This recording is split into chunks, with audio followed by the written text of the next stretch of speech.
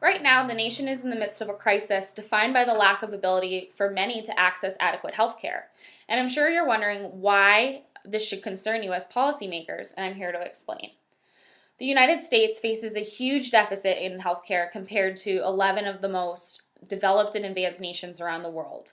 And we come in last both in quality and cost of healthcare. In addition to this, a lot of people in this country lack access to healthcare altogether.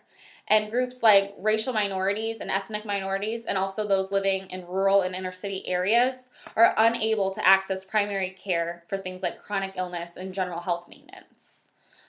These groups are also most affected by the current healthcare provider shortage that's plaguing the nation.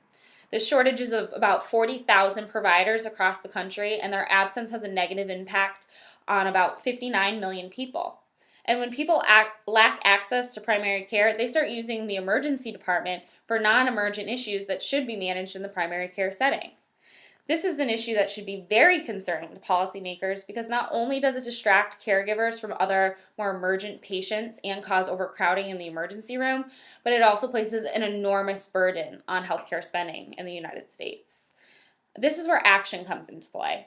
And in order to address this issue, I would greatly recommend a budget increase to facilitate the hiring of more primary care providers and the building of more primary care facilities. And while this would initially pose additional costs to healthcare spending, nurse practitioners are a very cost-effective solution who tend to reach more disadvantaged populations. And also, due to the increased access to primary care, we'd likely see a reduction in the use of emergency services for non-emergent issues and a resulting reduction in healthcare spending in the long run. I think that with this policy, we would see an overall increase in wellness in the country, and I greatly urge you to consider it.